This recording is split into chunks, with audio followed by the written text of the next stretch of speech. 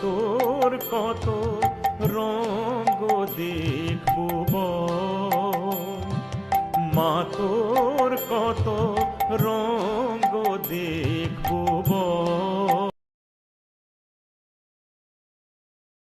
Hello friends, welcome back to my channel. আমি সৌদিন তোমাদের জন্য আসছি একটি নতুন ভিডিও।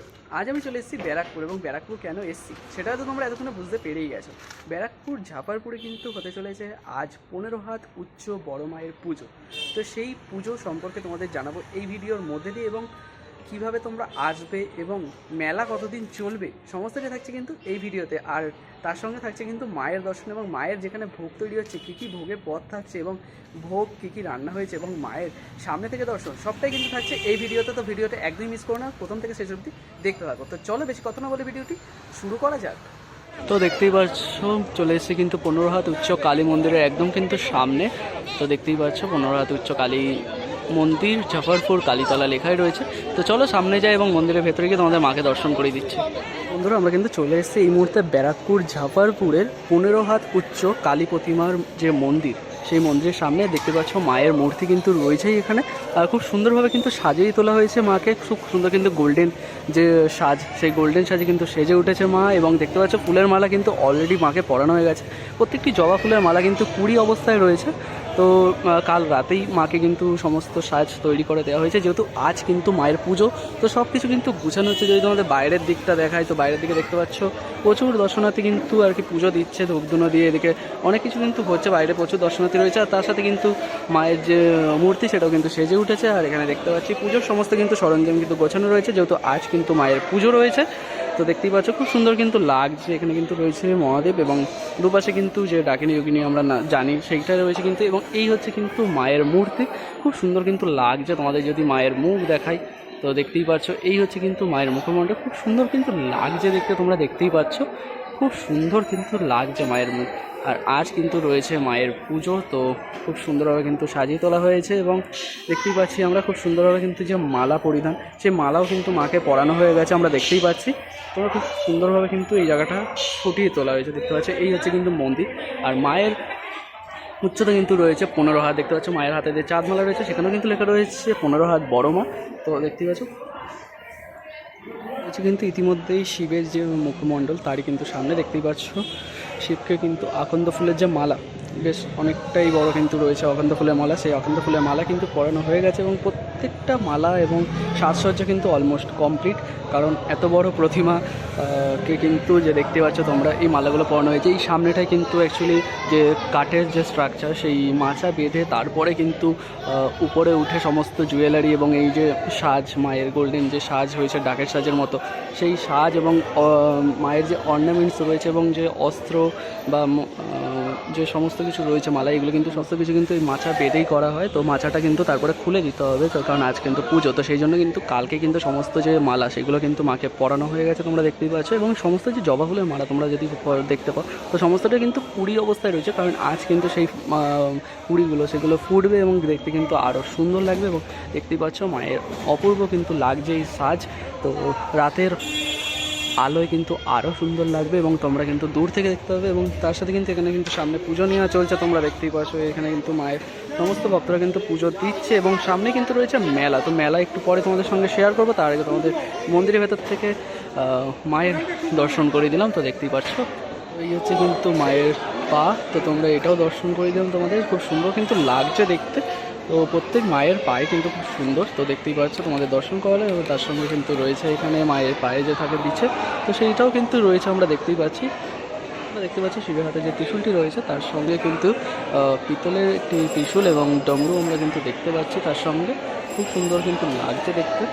মুহূর্তে যে মন্দিরের যে সমস্ত আলোকসজ্জা সেগুলো কিন্তু জ্বালিয়ে দেওয়া হয়েছে, তারপরে কিন্তু জাস্ট অসাধারণ লাগছে দেখতে পাচ্ছ। তোমাদের জাস্ট লাস্ট একবার আমি দেখাতে বাধ্য হচ্ছি, জাস্ট অসাধারণ কিন্তু লাগছে দেখতে। এমনি কিন্তু সুন্দর দেখতে লাগছিল, কারণ মাকে কিন্তু সবসময় সুন্দর লাগে, এবং তার সাথে মহাদেবকে খুব সুন্দর লাগছে। তার সঙ্গে কিন্তু আরও যে লাইট ছিল সেগুলো কিন্তু সব জ্বালিয়ে দেওয়া হয়েছে, তারপর কিন্তু দেখতে জাস্ট অসাধারণ লাগছে। দেখতেই পাচ্ছ তোমরা সমস্ত দিক থেকে কিন্তু লাগছে সুন্দর দেখতে। এবং তার সঙ্গে যদি দেখায় মায়ের মুখমণ্ডল, জাস্ট অসাধারণ কিন্তু লাগছে, তোমরা দেখতেই পাচ্ছ।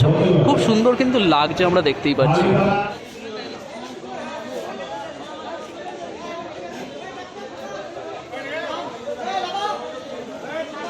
কিন্তু ভোগের ভোগের ঘরের এখানটা, যেখানে কিন্তু মায়ের যে ভোগ সেগুলো কিন্তু রান্না হচ্ছে। দেখতে পাচ্ছ সমস্ত রকম ভাজা থেকে শুরু করে কিন্তু পরমান্ন সমস্তটা কিন্তু এখানে রেডি হয়ে রয়েছে, দেখতে পাচ্ছি আমরা।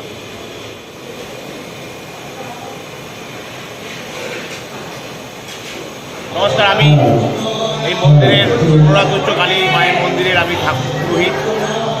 এই পুজো আগে আমার দাদু করতেন, তারপরে বাবা করতেন, বর্তমানে আমি সুবীর চক্রবর্তী এই পুজো করছি। এই মায়ের পুজো, মা খুব জাগ্রত, মা মঙ্গলময়ী, মা সকলের মঙ্গল করে থাকেন।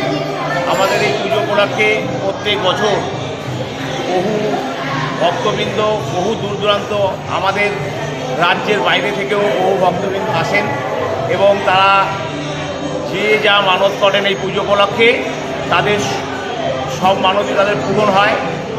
এবং এরকম অনেক ঘটনা আছে যে কোনো ভক্তের খুব বিপদ হয়েছে, সেই বিপদ থেকে পরিত্রাণ পাওয়ার জন্য মায়ের কাছে মানত করা হয়।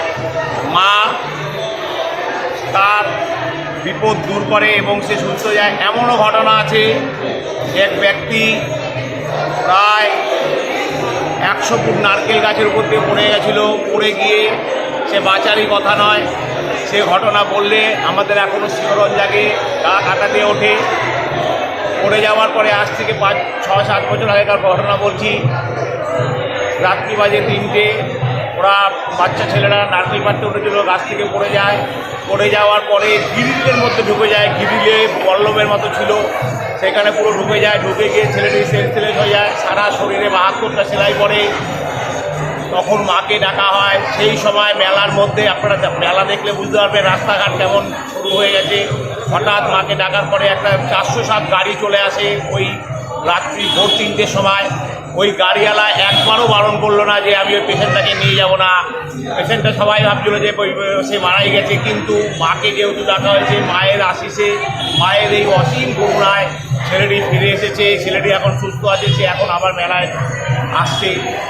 আর আরও অনেক ঘটনা আছে আমাদের জানা, মানে একদম চোখের সামনের ঘটনা, যে সামনে থেকে আমাদেরই এক মানে খুবই পরিচিত আমাদের ক্লাবেরই সম্পাদক ছিলেন, তাকে সামনে থেকে গুলি করা হয়েছিল একদম 1 শাটার দিয়ে।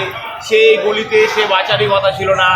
আমি এসে মায়ের এখান থেকে ফুল নিয়ে আমি অ্যাপোলো নার্সিংহোমে গিয়ে আমি সেই ফুল তার এখানে দিলাম এবং সে কিছুদিনের মধ্যে সুস্থ এবং এখন সে আমাদের ক্লাবের সেক্রেটারি এখনও আছে।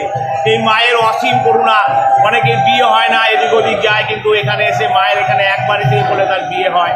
যার ছেলে মেয়ে হয় না তারাও আসে এই মায়ের কাছে মানত করেন, তাদের ছেলে মেয়ে হয়।